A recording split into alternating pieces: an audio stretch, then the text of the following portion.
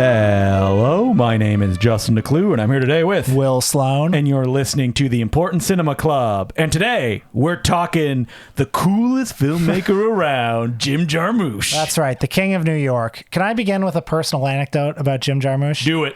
So the first one I ever saw was Coffee and Cigarettes. I was 15 years old. It was in 2004. And I saw it because I was with my late Uncle Ted, God rest his soul, and we were going to go see Fahrenheit 9/11, and it was sold out. It was sold out everywhere. Yep. And we were at the movie theater, and we were going to see something else, and I said, oh, how about Coffee and Cigarettes? Bill Murray's in it. Now, my Uncle Ted... I love Ghostbusters. I swear to you, my Uncle Ted watched Walker, Texas Ranger every day. He watched Magnum P.I. every day on reruns. Had no idea what he was getting into. Yeah. I'm painting a stereotypical picture of a man with taste that is not Jim Jarmusch movies. We watched the movie. When it was over, he said to me, "That was the worst piece of shit I've ever seen. I can't believe you dragged me to that. That was so boring. Nothing happened in that." And for years, until his passing, he would bring up Coffee and Cigarettes as this incredible... I mean, by the end, he was joking, but he was mad that day. But did you want to be like, I didn't know what the movie was? Yeah, and I was... But that began, I think, for me, an interest in Jim Jarmusch. Oh, because you're like... If you didn't like it that much, I think I kind of wanted to spite him at that point. It's like, I'm going to get really into Jim Jarmusch. So I did when I was a teenager, and I never got into Jim Jarmusch. Yeah, did you like him at all? Like, what's your experience? Which ones have you seen? But I've seen almost all of them. Yeah. But it's not someone I feel very passionate about. And when I see people feel passionate about him, I go, that's nice. You know what, is it Jim Jarmusch or Jim Jarmusch? I always get it wrong. I believe it is Jarmusch. All right, there we go. Jarmusch from now on until I make a mistake and say it a different way. Yeah, his movies, like, when I saw them, I felt the feeling of like, oh yeah, he's the cool kid. Oh, like, that's who it is. Yeah. And it's like, the more... Now that appeals to me. Not to me. Okay. So it's the difference between me and you. Yeah. I'm already cool, so I don't need to hang out with the cool kids. Right. Whereas me, I'm aspiring to be cool. Yeah, exactly. But, you watch his movies even today, and you understand, like, oh, I know what he was giving people that they didn't have. Well, we had... the man who understood us, Kevin Smith. Oh, yeah, Kevin Smith. Well, did you know that Kevin Smith, of course, in the credits of Clerks, thanks Jim Jarmusch for leading the way. There you go. Jim Jarmusch doesn't have like a crack where he like put down Kevin Smith at some point in his career. There's a Jonathan Rosenbaum article where he mentions that Kevin Smith was quoted as saying words to the effect of, "I don't really feel like I need to see the European masters because people like Jarmusch have seen them for me and I'm kind of getting them through him," which I'm sure Jarmusch was thrilled to hear. Well, maybe he was. But I gotta say, it's been a while since I've watched any of these movies, so I was very happy to re-immerse myself in them this week. Do you feel because you spent too much time with them? That's another thing, is I felt like anytime I would walk into a video store, they'd be sitting there right at the front because they're the go-to, like, they like built the Criterion brand. Well, he was definitely like in the 1980s when, the Spielbergs and the Lucas ran the show. In that commercial era of your Stallones and Schwarzeneggers, he was one of the art house guys, one of the brands. But he always felt to me like one of the top shelf art house guys. He didn't have that kind of like grungy fighter stuff, especially later on in his career. We'll talk about it. How would you define a grungy fighter art house guy? I'd have to, off the top of my head, I know Jarmusch is not that guy. Okay. Where like I watch his later film, that's like, oh, it's a parade of his famous friends coming in and doing this stuff. Okay. Yeah, and that's what I don't bounce off of it because I think DEADMAn is very good. But like watching it, I was like, would I enjoy this more if it wasn't a parade of famous people? Probably not, because no one would be talking about it, right? Do I sense a certain resentment towards Jarmusch? Not at all. Okay. Yeah. Okay. I'm very happy that he can do his stuff and put it out there. There's no resentment there or like, that pretentious. I watch his stuff, especially Stranger Than Paradise, and I'm like, man, this is good. But what's funny about Jarmusch is he jumped to basically like a mainstream level pretty fast, where he could kind of do what he wanted to do with his famous friends. Well, re-immersing myself in the movies this week, I was interested to find that I think I like them more than ever. And reading about him and reading his interviews, I feel a great admiration for how he's conducted his career. And I think there is, some parallel between, what the movies themselves say and the way that he has tried to live his career and make his art. Can I read a quote from Film Comment, an interview that he gave right after Stranger Than Paradise in 1984? The interviewer was asking, you're probably getting calls from the majors at this point. He said, yes.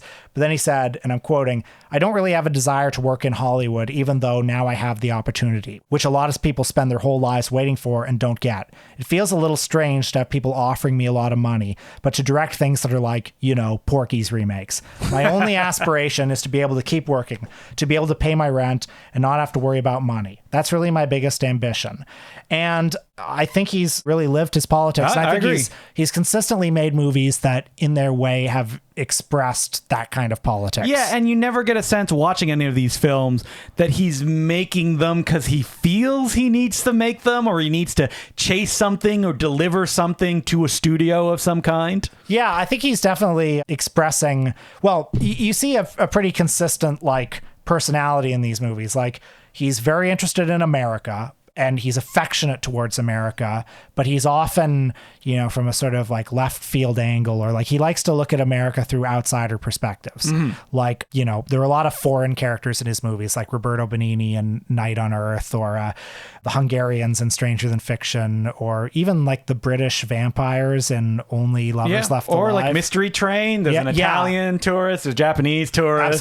Absolutely. And I think he's sort of or is that because he's I want to tell these stories of people just hanging out, not doing too much, but we need to bring them from different places to give it a fresh spin. I mean, he does love stories of people not doing too much. Yeah. And it was interesting. I was looking at Roger Ebert's review of Ghost Dog. Yeah. And he begins it by saying, it helps to understand that the hero of Ghost Dog, The Way of the Samurai, is crazy.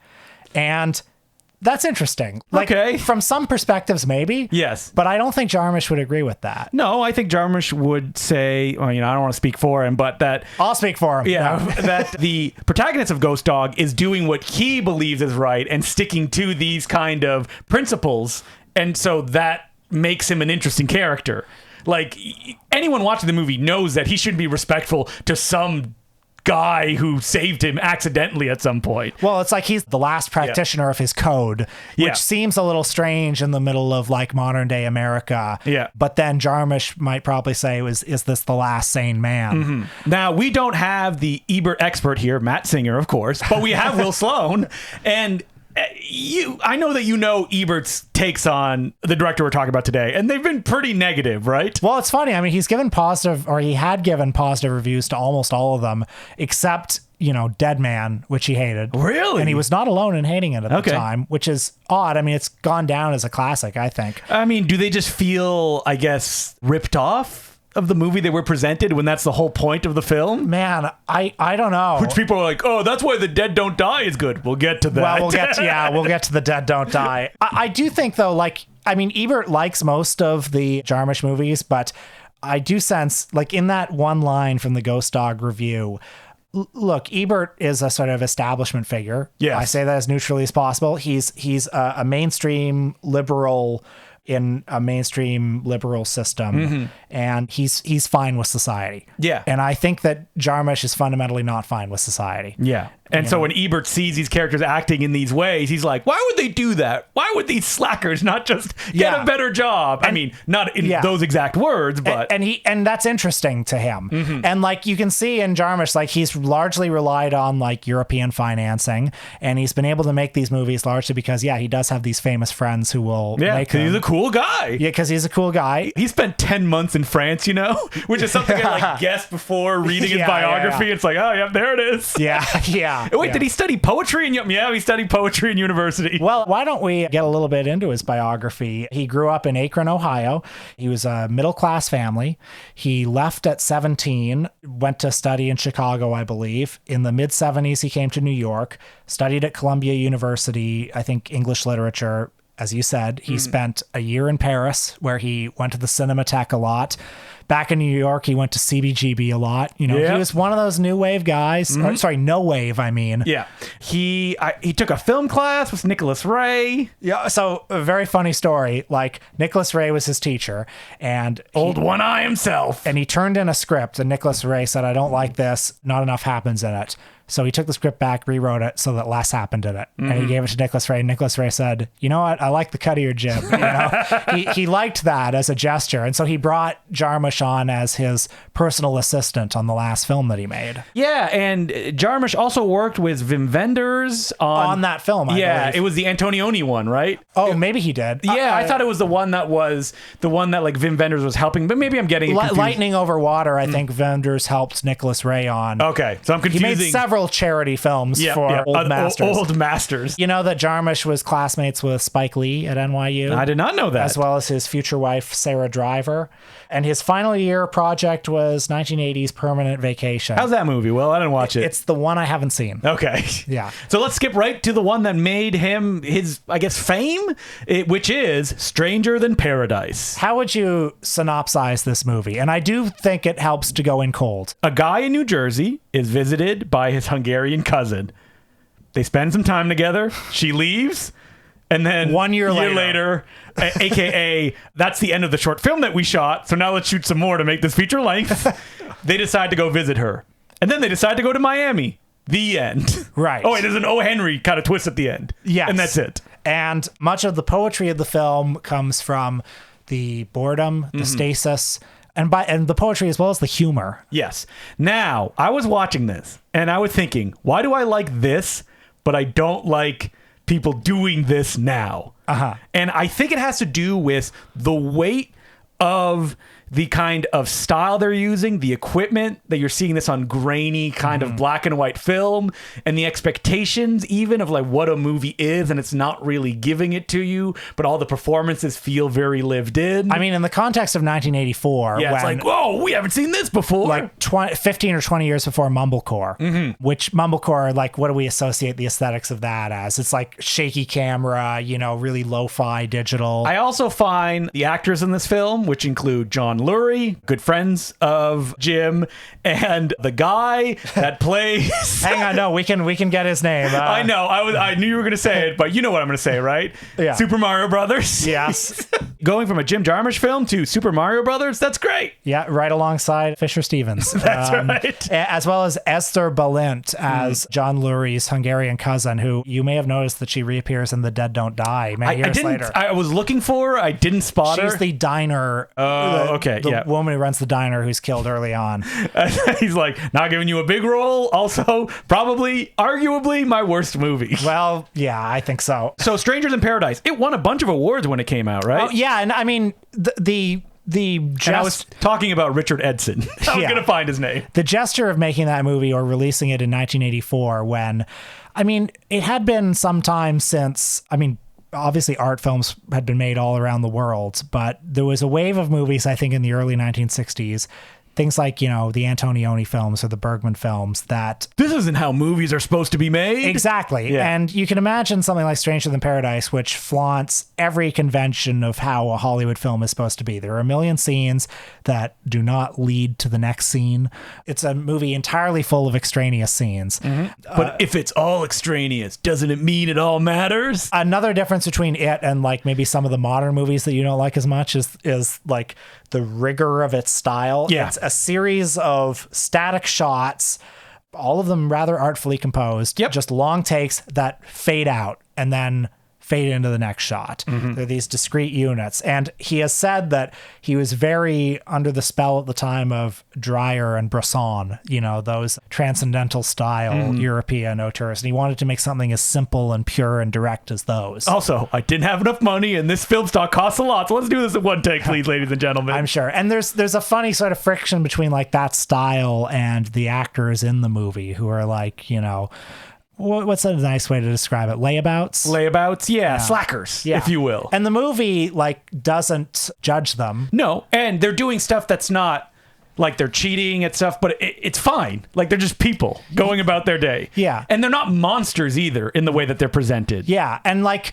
they are frustrated and they're bored and they're kind of in a rut, but then Jarmusch doesn't necessarily think there's anything like, it's not like a hero's journey of self-actualization. Like one sense is that Jarmusch sort of sympathizes with their desire to be layabouts. But he's too cool. He's got parties to go to at night. Yeah, it's CBGB.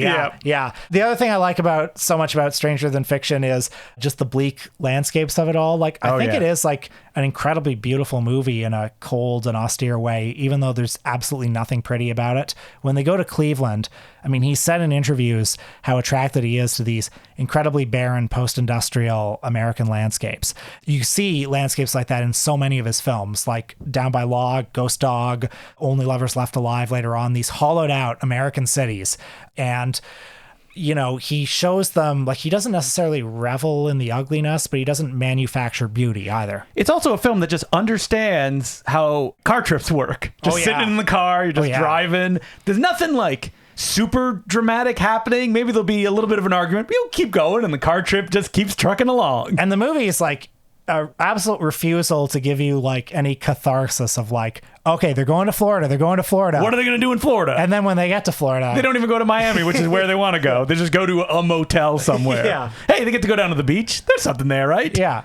So what do you think of, like, because he made Down by Law, which, you know, he did with his famous friends, Tom Waits, Roberto Benigni, Life is Beautiful himself. Yeah.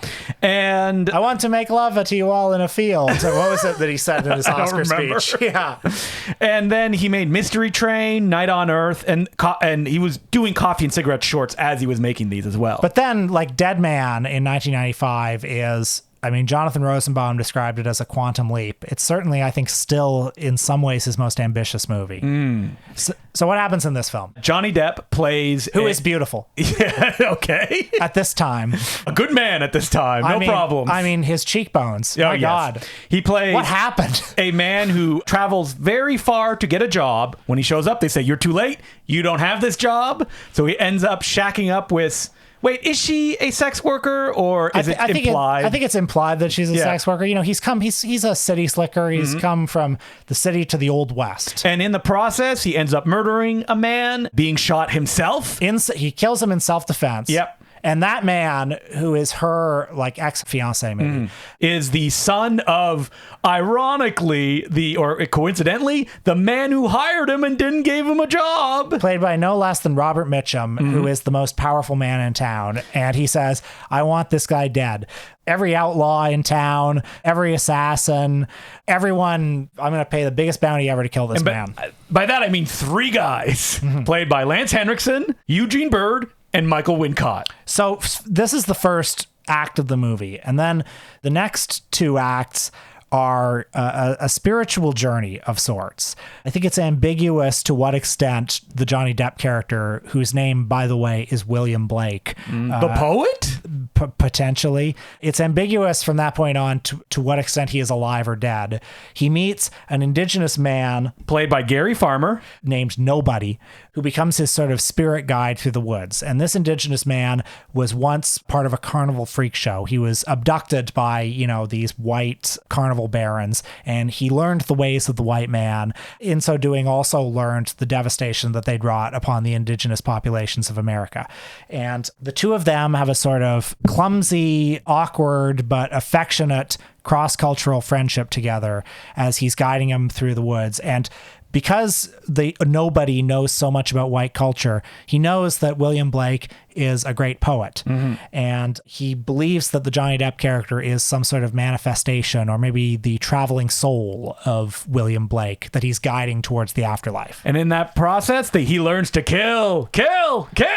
His poetry becomes the gun. And yet, the violence in the movie is not poetic. Yeah, here's the thing, is that, like, this movie, for people who haven't seen it, the joke of it is that it's all played, like some would say maybe every film Jim Jarmusch ever made, very flatly. It just happens, and that's it.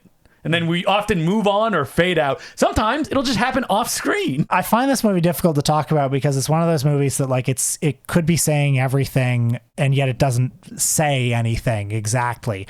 So much of the power of it comes from just the Western landscape. I mean, at the heart of it, there's a very obvious, like, interplay of, like, so-called civilization and so-called barbarism.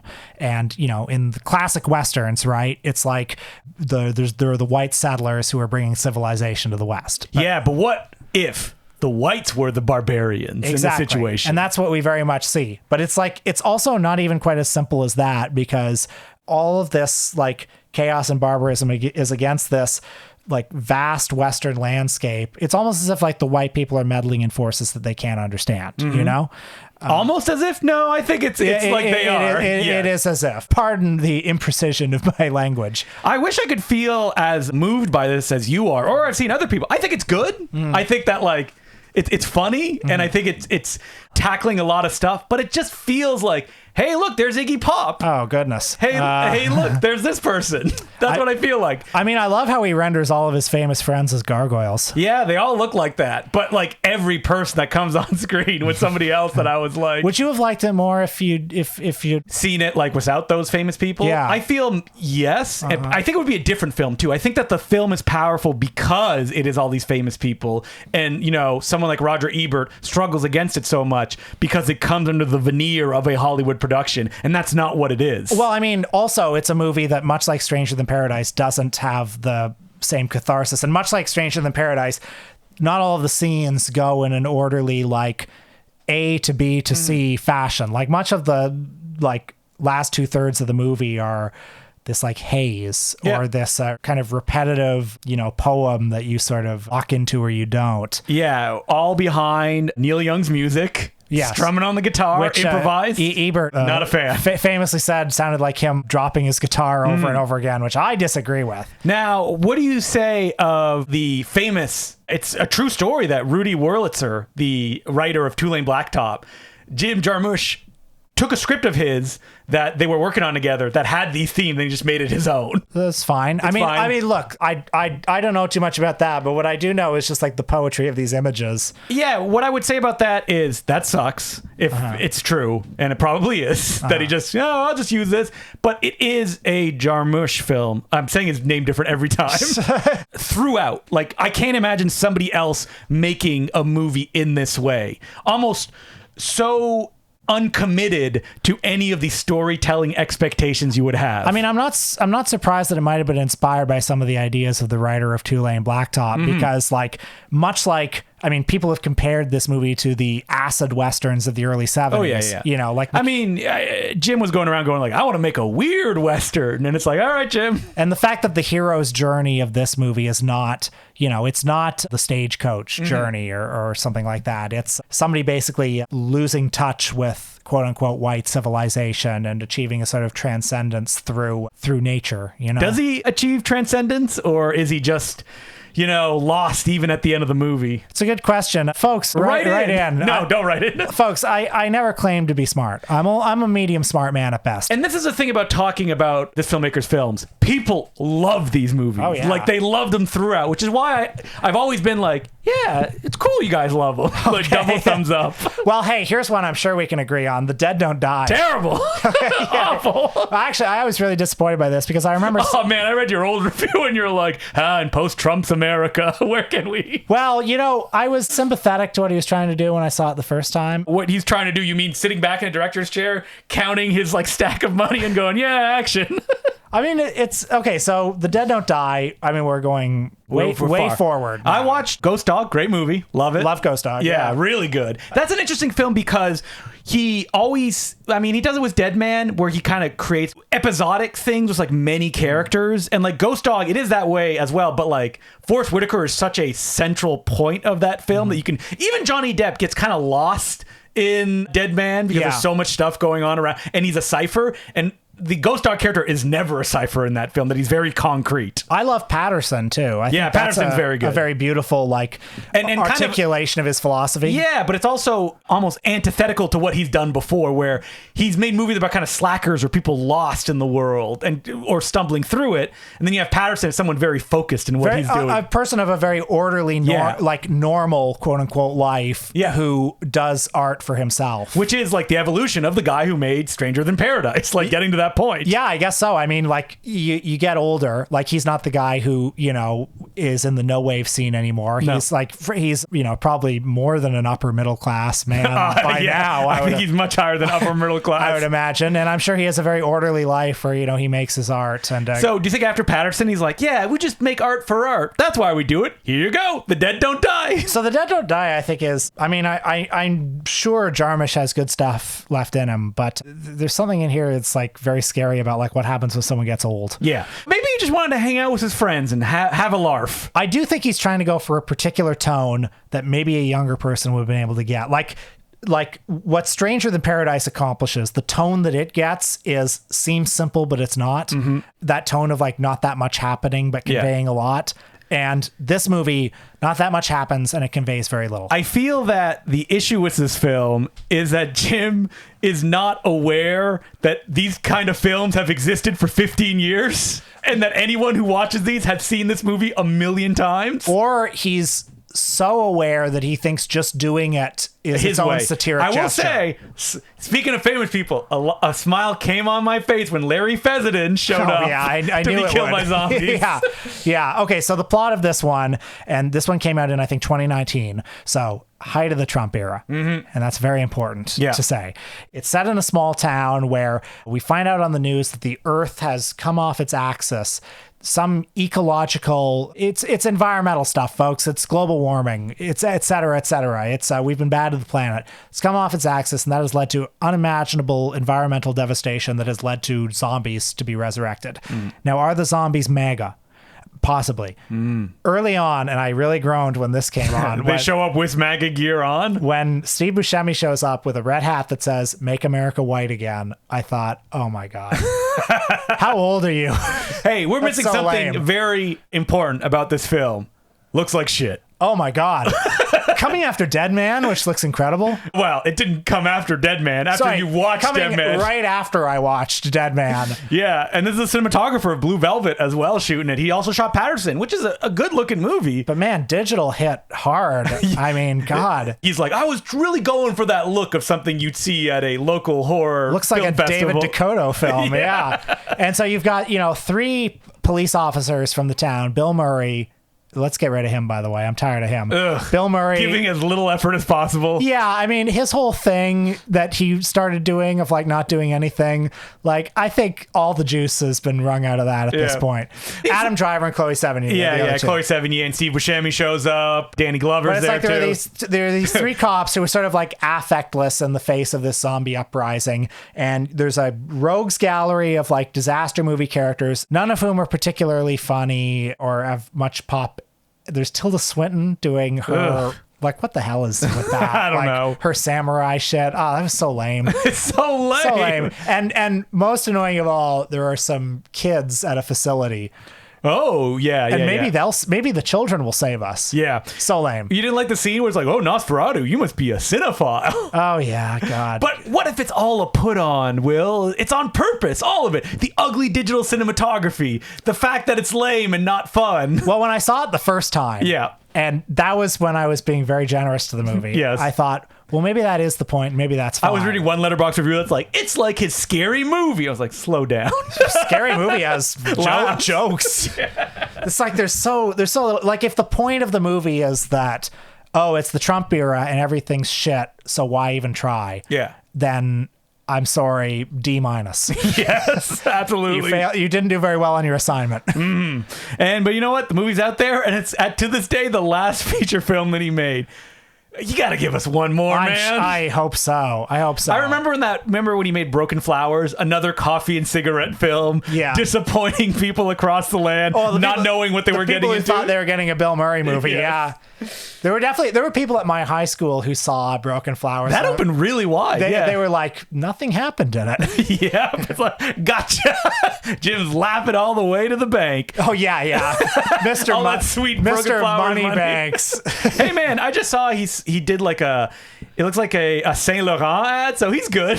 Like a 9-minute commercial for them. But look, even The Dead Don't Die, which I don't care for. It's like.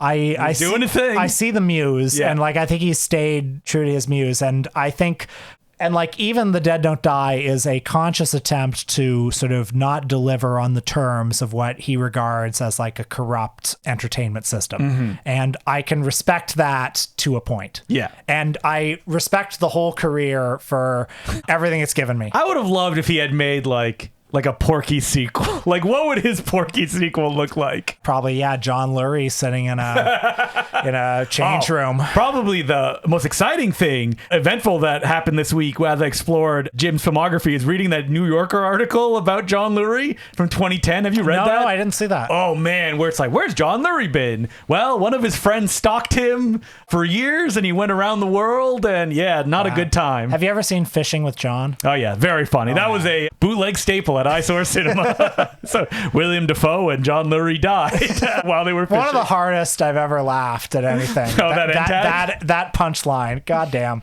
So as per usual, you can send us letters at importantcinemaclubpodcast@gmail.com. Oh boy, letters. I love them. You love them. It makes you feel alive. Hey, Justin and Will. As always, thanks for the eternal gift. First off, just wonder if you could give us some insight into how the ICC sausage gets made when it comes to picking episodes. You always talk about adding potential subjects to the list. How long is this list running now? And how do you pick from it? Mostly vibe-based, I assume. Correct. Yes, vibe-based. You have a list. Can you speak to that? I was looking at it today, and I haven't touched it in a while because essentially what happens is me or will see something, and that will trigger. And we'll be like, oh, that's what we want to do. I have tried many years ago to be like, let's plan out a month. Doesn't work because I feel both of us feel too pressured and we're like, I'll get to it later. Oh, no, it's time. Now I got to watch it as quickly as possible. Well, sometimes. I mean, recently we had a run of, Big Denver. Oh, yeah, that was hard. What was November? International November? Yeah. Where we saw stuff that we don't usually talk about. So we have done it a few times, but often it's vibe-based. Often it's like, well, we've done this kind of thing. Maybe it's time to do this kind of thing. Yeah, I think that's what directs us most of all. And then we'll be like, oh, like the subject that we're talking about next week. It was decided because Will said, oh, I just saw this movie yesterday. Why don't we do this filmmaker? And I went, all right, sounds good. Yeah. I don't think we've been like, no, I don't want to do that filmmaker. No. And if we have, it's only been because the movies are too long. Too long. That's literally the only reason. But yeah, as we already said, it's mostly just, and I'll look at the list and be like, what would fit? Like, we did this, so we should do something a little bit different. Sometimes it'll be like, we haven't done classic Hollywood in a while, or like, we have to do a popular one. Yes, get those clicks in. So we got to do that. And then the letter continues. Secondly, my prerequisite suggestion for an episode topic: if you guys are in the mood to do an actor episode again, you should do Walter Matthau. He's an object of obsession for both me and my partner. I've even toyed with the idea of editing a faux academic zine about him, a la Will's Journal of Studiological, I can't say the word, Studiological Studies. I think his long career is ripe for discussion as he is one of the most interesting faces ever to become a Hollywood leading man. Also, give or take a Billy Wilder or Elaine May, he did a lot of work with non-auteurs. And by that, he means hacks and journeymans. So unless you plan to do Gene Sachs, Herbert Ross, or Howard Deutsch episode at some point, there shouldn't be much overlap with future topics. All the best, Quinn. Yeah, I mean, I love Walter Matthau. I love Walter Matthau. He rules. He's maybe underrated, if anything. You think so? Yeah, maybe, because like he honestly has like an incredible career. I think he's like actually a great actor. Like Taking Pelham 1, 2, 3, Charlie Varick. I mean, in the popular imagination for so long, he was kind of defined by those later movies with Jack Lemmon, Grumpy Old Men and all that. That he's known as like the old guy. Yeah, but oh god, A New Leaf. I mean, he actually has an amazing filmography. I mean, yeah, added him to the list. I feel that would be a really fun one to do. Yeah, I'd love to do that. We don't do enough actors, mostly because it's hard to talk about them, even though they offer the most opportunity to do different films to talk about. Yeah, I mean, the thing with directors is you can talk about like themes and preoccupations across a long career, which isn't, unless you're talking about like a very small number of actors like a Brando or a Nicolas Cage. Oh, yeah. Well, I mean, Brando, he has a very interesting career as well, but I don't think he was guided by his muse the entire time. For the first 5 years. 5 years, yeah. And, we could do someone like Michael Caine. Michael Caine. I love the house that the Jaws the Revenge Money bought. So thank you very much for that letter. We have another one here from Michael, and he goes, hey, Justin and Will. I just saw The Iron Claw, which I thought was pretty good, and it got me thinking, about the wrestler turned actor phenomenon. I feel like we've seen a shift in the perception surrounding wrestlers in Hollywood. In the past, it seemed like wrestlers were relegated to absurd meathead side characters like Andre the Giant in Princess Bride, Alex Karras in Blazing Saddles, or even Kola Kwariani in Stanley Kubrick's The Killing. Ooh, that's a deep cut. We're now at a place... Tor Johnson. We're now at a place where people like Dwayne Johnson and Dave Bautista are some of Hollywood's biggest stars. I'd love to hear your thoughts on the shift, maybe in a Patreon episode, especially regarding some of the films that came out in the middle of these two periods that were trying to legitimize wrestlers as actors that ended up with hilariously stupid results. For example, the bizarre 90s Hulk Hogan comedy, Mr. Nanny. Thanks for doing what you do. You make me proud to be a Canadian film nerd. Michael. Man, Hulk Hogan. Now there's an episode topic. Oh boy, his movies are all problem is there's no good one. No, there's no good Hulk Hogan starring Didn't film. you just watch Three Ninjas High Noon at Mega Mountain? Yeah, and Hulk Hogan is barely in that. You know, you look at that poster, it looks like he's the villain. He's not. He's the hero in the movie who barely appears because he probably shot only 2 days. Yeah, I've seen a lot of Hulk Hogan films. I find him an amusing screen presence. It'd be more fun to talk about his personal life, which is terrifying. Like all the stuff that he's done. Bad man. Who ate too much sushi. Yeah. Well, wait, you don't know what I'm referencing, do you? No, I actually do. I was just thinking about how much I need to separate the artist from the art as I watch Thunder in Paradise. Why don't we just do the Barbarian Brothers instead? Yeah. But the shift in perception, I mean, I'm sure things are cyclical. Things are backlashes to backlashes. I mean, like, you know, Stallone and Arnold Schwarzenegger were kind of like symbolic of a kind of like meathead. Yeah. Testosterone, steroidal action star. And then there was a sort of like Matt Damon, Bourne Identity sort of thing. Like, and then we need to get back to the meatheads. Yeah. Where do we get them? Oh, they're wrestlers because we want to invest in an IP that already exists and not give a chance to an Australian bodybuilder. In fairness to Dwayne "The Rock" Johnson, I mean, he did like work at his craft pretty hard, I think. Yes. And he was like, and now he's here to sell you a new credit card that gives less interest payments. But like, he's very or he can be very likable on screen. I mean, yeah, I loved The Rock when he first started getting the movies, and it's funny to call him an underdog when he's literally one of the biggest wrestling stars at the time. But like, people were like, looking their nose down at him when he was acting and stuff. Like, is it Faster was one of his films, or Walking Tall? Yeah. I think he won me over with The Rundown, where that's thin hair Rock, and now he is bland, selling you tequila, credit cards. Listen, we're riding the Black Adam train.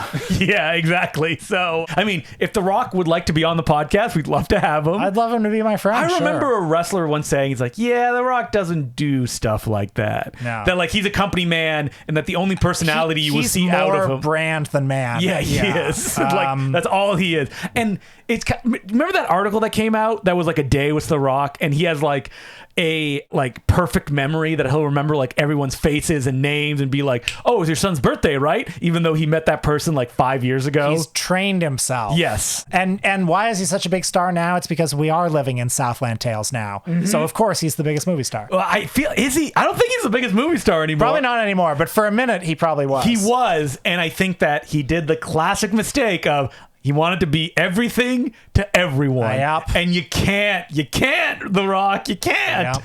You got to be a Walter Matthau.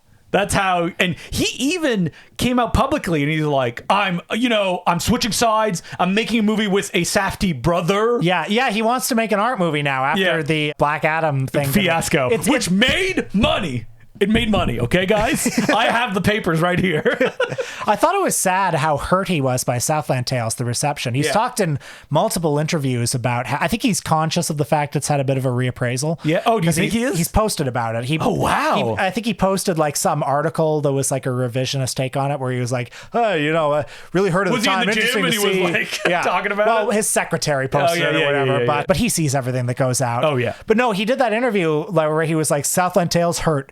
I remember. Yeah. He's like, we're on the red carpet at Cannes Film Festival, and they hate it already. And it was the one time he tried to do something like that. I would say Pain and Gain was him trying to do something. Yeah, maybe. Yeah. I mean, it was a Michael Bay movie. It was, but it was Michael Bay like trying something different, and he played a weird character. He has not. And I remember the awful movie. What was it? It was Get Cool. Oh, Be Cool. Be Cool. He was in a bit of a slump at that point. Yeah, but he was the most fun thing in that. Like he played a very flamboyant, I believe, character in that film. He did a lot of dancing. That's one way to put it. Flamboyant. Yeah. And that I remember he's the thing that popped from that, and people liked him from that. Oh, I just remembered he was supposed to be in Robert Altman's last movie, but Altman died. He was going to be in the cast of his feature film adaptation of Hands on a Hard Body. But, how has no one made a fictional version of? Who would he have played? Would he have played like one of the guys? One of the guys with his hand on the car, I guess. Yeah. I mean, it's a Robert Altman film, and that setup is to be like probably 30 characters that you follow throughout the movie. Yeah. I would have loved to see that. And then what if they had started shooting? And remember, like Paul Thomas Anderson was like shot, and then Paul Thomas Anderson started directing Hands on or finished it for Altman. Yeah. Would we have a different Dwayne The Rock Johnson career? Probably not. No. But like you watch something like Red Notice, and you're like, this is a nothing movie. Yeah. Like you got to move. Well, the fact that Black Adam was like his passion project, I think really says something about him. Yeah. But like, how much success do you need, man? Like, yeah. I remember a video where he's like, I just got my mom a car. And the mom was like crying. And I was like, you're The Rock. You could buy your mom 100 cars. Like, what are you... What is this? This is such a false video. What are you doing? Anyway, I hope that his current like career panics lead him into some good movies. Mm-hmm. I mean, the Safdie brother, I don't remember which one it is. Probably the one who's not the actor. Mm-hmm. Whichever one that is. Yes. I look forward to whatever they come up with. But it's still about like is it like an MMA fighter or something like that he's going to be playing? Don't know. I want to see him play like a real weirdo again. Like not a fighter or a boxer or a sports figure. Like give me some weird Rock. That's what I want. It's too bad that, Woody Allen's canceled because I'd love to see him as the Woody surrogate. Yeah. My analyst was a strict Freudian. And he's just sweating the entire time. There's an old joke. 2 women at a Catskills mountain resort say the food here is terrible. Yeah, and such small portions. Well, that's how I feel about relationships. And then I like how you started that way. It's a shame Woody got canceled. Oh, not that Woody did bad stuff. Yeah. It's a shame that Woody is a bad man and can't keep making movies. Yeah. Wait, what other filmmaker could you pair with The Rock? Paul Thomas Anderson. Oh man, this is a fun game. Who even are the filmmakers? Yeah, like the big. Well, Jim Jarmusch. Yeah, let's see him make something with The Rock. Let's see him get that stillness in The Rock. That Dead Don't Die too. No, there needs to be some intensity there. I know. Simon Lang. I want to see The Rock like sitting in a chair for 10 minutes, like walking in slow motion. And I think that would be a real challenge for The Rock. I think The Rock would feel very vulnerable if he did that. Yes, he couldn't do it. That's why, would he break into tears halfway through that 10-minute shot? Because he's not presenting himself. He's not. Yeah. I would love Let's get Warhol back from the grave and do a screen test.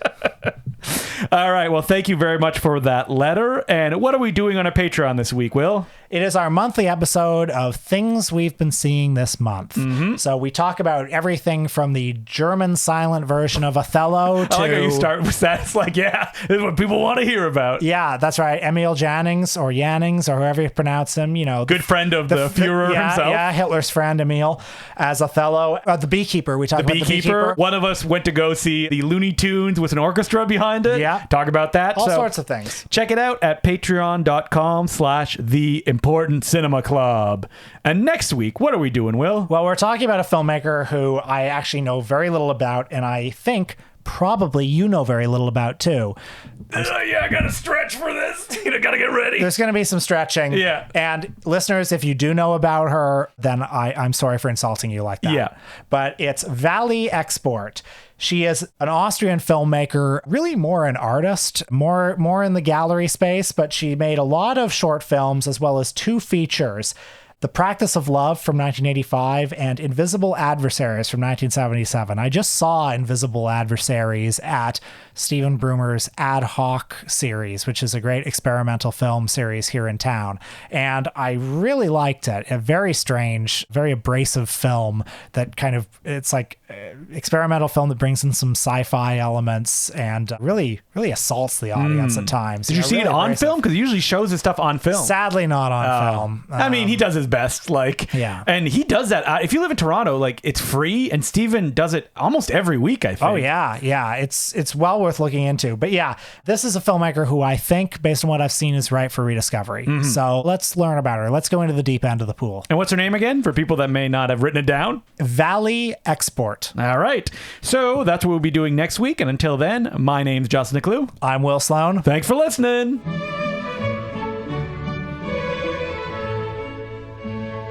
As per usual, I'd like to thank some of our new patrons, who include Kemble McClure, Turbo Snore, BK, Juan Matoa, Jeremy Singsong, Jake, Alex Cameron, John W., Mike, Alex Jason, Spike Pinch, George Johnson, Tommy Scarpinato, Anthony Leon, and Mark Catapano. Thank you very much for doing this. We could not keep doing it without you. It's the weekend of the big game. Actually, I think it may have passed by the time people are listening to this. But the Super Bowl, which means commercials, and I mean, you're really excited for insert team name here versus... Excuse me, is there a sports ball on? Yes. But all the new ads for the big movies.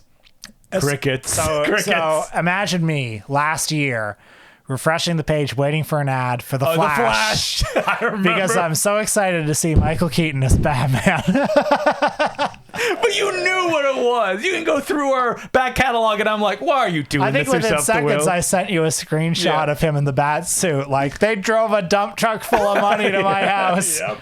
I just showed some of the ads have already been released by the time we're recording this, and a friend of mine sent me this Paramount streaming ad where it's like all your favorite Paramount stars, and this is how we know we're not in a monoculture anymore, right? Because so the lineup of all these actors who were clearly all shooting at the same time. Oh, yeah, definitely. You have Hey Arnold, who's animated. Hey Arnold, your favorite cartoon character, Hey Arnold. Master Chief from Halo, a TV show that no one watched. Drew Barrymore from... Will thinks it's just the Drew Barrymore. The Drew Barrymore show, her talk show. Is it a Paramount show? I wouldn't know. Oh, Thomas Lennon from Reno 911. Is that successful enough these days that obviously the metrics say? Yeah, Knuckles from Sonic the Hedgehog. Just kind of standing there not saying very much. And there's some weird kind of like Tim and Eric humor, like sub Tim and Eric humor, to be clear, where like Patrick Stewart throws Arnold like a football. So Patrick Stewart, like, he's not playing his character from Star Trek. He's just Patrick Stewart in this context. Yeah. Unless there's a new show where he's a football guy that I haven't seen. Yeah, so they're all in the Arctic somewhere. I don't know. I did this is one of those things where like, well, you looked at it and you went, I don't even know what this is an ad for. Who are these characters? Yeah, and why are they together? Yeah. Why Arnold from Hey Arnold? Wait, hey, look, this is just a taste of the man who loves the chimichangas. What he's going to bring us was Deadpool 3 when all of... I wonder if there'll be a Deadpool 3 ad at the Super Bowl. Okay, I'm going to search Super Bowl ads. What movies will be in the Super Bowl commercials. Okay, yeah. We're searching it right now. These are the movies... Oh, sorry, wait. This is last year's. Guardians of the Galaxy, The Flash, Fast X. Okay, Super Bowl 2024. Wait, I'm looking. I was like, wait, did the Super Bowl pass and I missed it? No. There's a list of every big game ad. Well, you don't know. You don't know what's going to come. Arnold Schwarzenegger, Tom Brady featured in long list of teasers for big game ads. Oh, my goodness. Yeah, but they're not going to be advertising a movie. They're going to be advertising There's going to be Chris Pratt and Pringles, the Beckhams and Uber Eats, Jenna Ortega and Doritos. Okay, you know what? Jenna Ortega hasn't eaten a Dorito. You know what? Maybe Bill Hicks had a point that like, if you do a commercial, you should be killed or whatever his joke was. I like Chris Pratt. Jenna Ortega, fuck you. If you're listening, don't do a Doritos commercial. What are you doing? You have enough money, Jenna Ortega. Or like Chris Pratt doing a Pringles commercial. Fuck you, Chris Pratt. You. What is this? What is this? Unless he gives the money to us. Okay, wait. So I'm on comicbook.com. Super Bowl 2024, what trailers to expect? Okay, there won't be too many. So Deadpool 3. So there will be Deadpool 3. Probably. I hope he's going to meet Gandalf. You know, I think he's going to... You maybe take the piss He's a little it. irreverent, you know. Ghostbusters Frozen Empire. Oh my God. Did you watch the trailer for that? Yeah. It is like... it's so sad that it's like, remember this? Hey, look, it's the library ghost. You can do anything. You can do anything. You know, it's like, how many times do we have to wheel out Bill Murray and put him in that suit? Yeah. Like what will satisfy you people? Nothing. Like Slimer shows up at the end. I don't want him. Get him out of here. Like, how about if you like the old movie, just watch the old movie again. Yes. You've had enough chances to nostalgically reconnect with these people. Yeah. Okay, Godzilla versus Kong. Look, I'm not made of stone. No, I kind of want to see Godzilla. Written by friend of the podcast, Simon Barrett. Simon Barrett, yeah. You know, he's cool guy. Cool guy who blurbed our book. He did, yeah. So, well, one of the writers. I think they had a writer's room on that movie, so. Yeah. But so if we don't like it, we can be like, I'm sure they cut all of Simon's parts out of the movie. That's right. That's right. Will I ever criticize anybody who's ever praised me? No, never. No. But hey, John Krasinski hasn't praised me.